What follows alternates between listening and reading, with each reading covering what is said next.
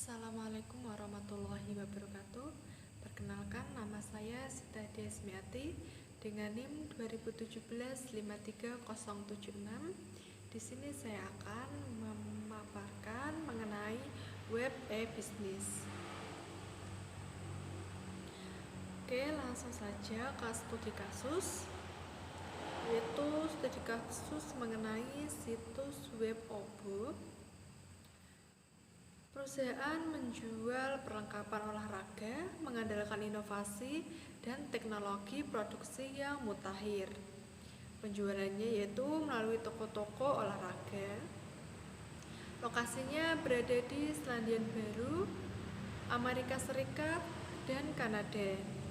Tujuan strategisnya menjadi pemimpin pasar dengan senantiasa memonitor kebutuhan konsumen. Strateginya memasarkan produk eksperimentalnya ke pasar global melalui situs webnya yaitu obo.co.nz.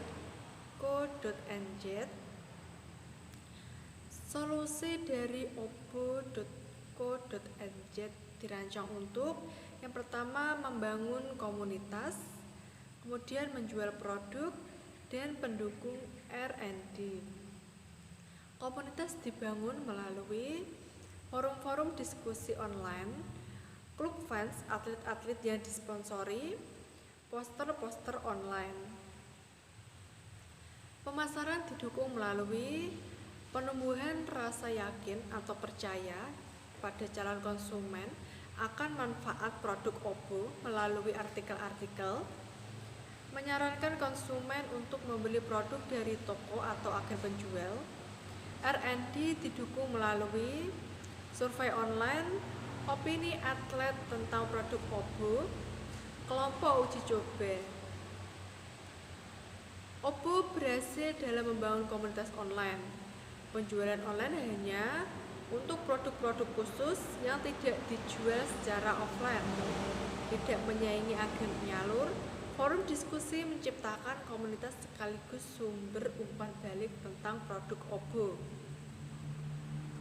Oke, pelajaran dari obo.co.nz ini yaitu perusahaan kecil dengan produk bermutu dapat meningkatkan jangkauan pasarnya secara global melalui situs web. Situs web dirancang untuk mendukung tujuan strategis maupun untuk meningkatkan kepuasan konsumen pembelinya. Situs web OBO sangat sederhana tetapi terancang dengan baik. Berisi antara lain yaitu hiburan yang mendorong konsumen berinteraksi dan selalu mencek situsnya, materi promosi untuk meningkatkan penjualan, menciptakan kesetiaan konsumen atau penggemar secara efektif. Oke, membangun situs web itu klasifikasi situs web informasional, yaitu situs web yang hanya menyediakan informasi tentang perusahaan serta produk dan jasanya saja. Interaktif, situs web yang memfasilitasi komunikasi dan saling berbagi informasi antara konsumen dan perusahaan. Kemudian atraktor, yaitu fitur-fitur situs web yang menarik dan mengundang interaksi pengunjung yang menjadi konsumen sasaran. Transaksional, situs web yang menjual atau mempertukarkan produk dan layanannya secara online. Kemudian tahapan membangun situs web yaitu antara lain tentukan host webnya, membuat dan mendaftarkan nama domain, membuat dan kelola isi atau konten, rancang situs web, bangun dan tes situs web, pasarkan dan promosikan situs web.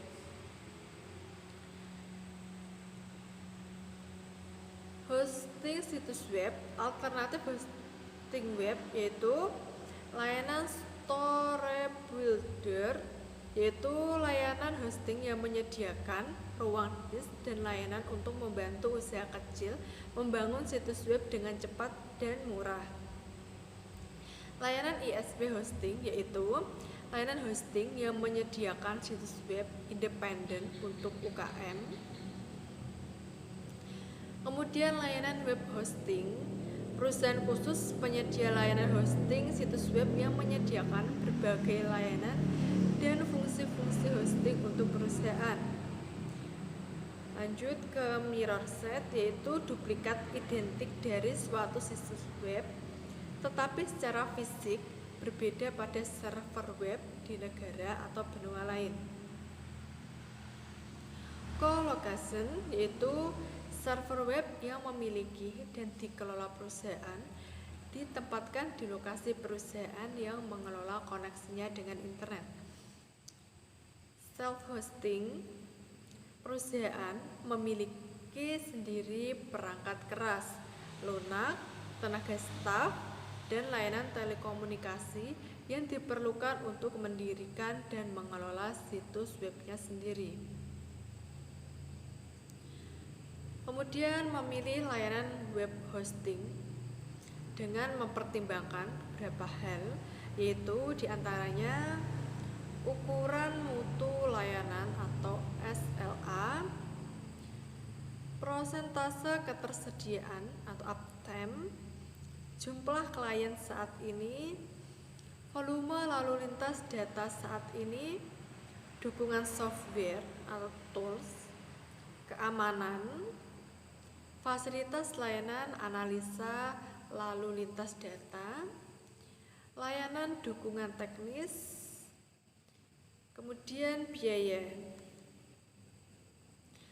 Nama domain, pendaftaran nama domain, yaitu nama domain alamat server di internet, domain nama register, yaitu perusahaan yang membantu para pemilik situs web dalam mencari dan mendaftarkan nama domain pilihan masing-masing.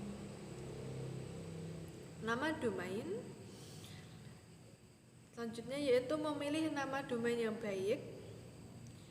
Ada beberapa hal, diantaranya mudah diingat, kemudian mudah dieja, hindari nomor dan karakter yang khusus, sependek tetapi sepantas mungkin, fleksibel, pertimbangan kebutuhan masa depan, gunakan nama lain untuk produk-produk, hindari merek dagang perusahaan lain, cek nama yang telah dipakai perusahaan-perusahaan pesaing.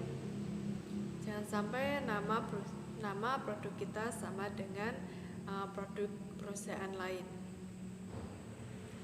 Kemudian pengelolaan konten berupa teks, gambar, suara, dan video pada dokumen web. Commodity content yaitu informasi yang sudah banyak tersedia dan umumnya dapat diakses secara gratis dari situs web. Premium content, konten yang tidak tersedia di situs lain. Promotional content ada dua, yaitu cross-selling, menawarkan produk atau jasa serupa untuk meningkatkan penjualan. Yang kedua, upselling, yaitu menawarkan versi atau kelas yang lebih baik dari produk yang sedang dipesan untuk meningkatkan penjualan dan profit. Kemudian pembuatan konten, mengumpulkan bahan-bahan yang telah tersedia, mengevaluasi nilai atau kelayakan materi-materi baru akan ditambahkan,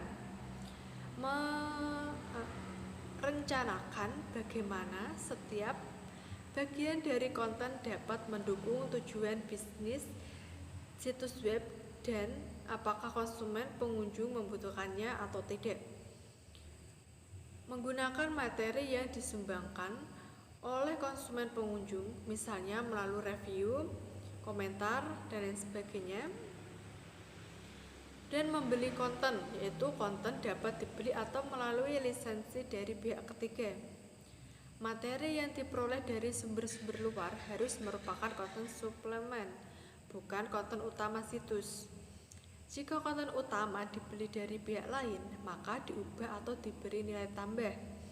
pengunjung akan pergi ke situs sumbernya langsung dan tidak akan kembali. Kemudian personalisasi konten, menyesuaikan konten web dengan kebutuhan dan ekspektasi individual pengunjung. Distribusi konten melalui e-newsletter, sekumpulan artikel-artikel singkat informatif yang dikirimkan secara periodik melalui email kepada pengunjungnya yang tertarik pada topik-topik dalam newsletter. Kemudian penulisan konten yang efektif. Teks harus dapat dibaca secara sepintas. Penggal bagian yang panjang menjadi segmen-segmen kecil masing-masing dengan subjudul. Kemudian tulisan teks dengan nada dan bahasa sesuai dengan tujuan penyampaian informasi. Kemudian buat link yang menarik bagi pembaca untuk mengklik. Buang materi yang tidak dianggap bermanfaat oleh pengunjung. Lanjut ke manajemen konten. Proses penambahan, revisi, dan pembuangan konten dari situs web untuk menjaga aktualitas, akurasi, kredibilitas, dan daya tarik situs. Panduan membeli CMS. Yang pertama yaitu melakukan analisa kebutuhan dengan seksama. Yang kedua, dokumentasikan kebutuhan dan diskusikan dengan setidak-tidaknya 2 perusahaan yang telah menggunakan CMS. Uji coba CMS yang memiliki versi demo trial atau bisa disebut dengan versi pemula. Evaluasi hasilnya setelah 30 hari pemakaian.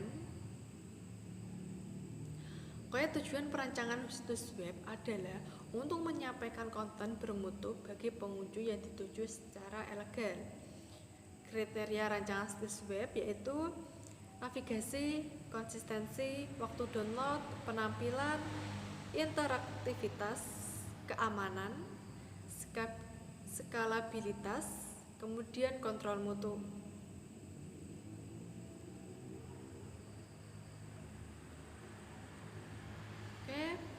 Sekian yang bisa saya sampaikan, kurang lebihnya mohon dimaafkan. Sekian dan terima kasih.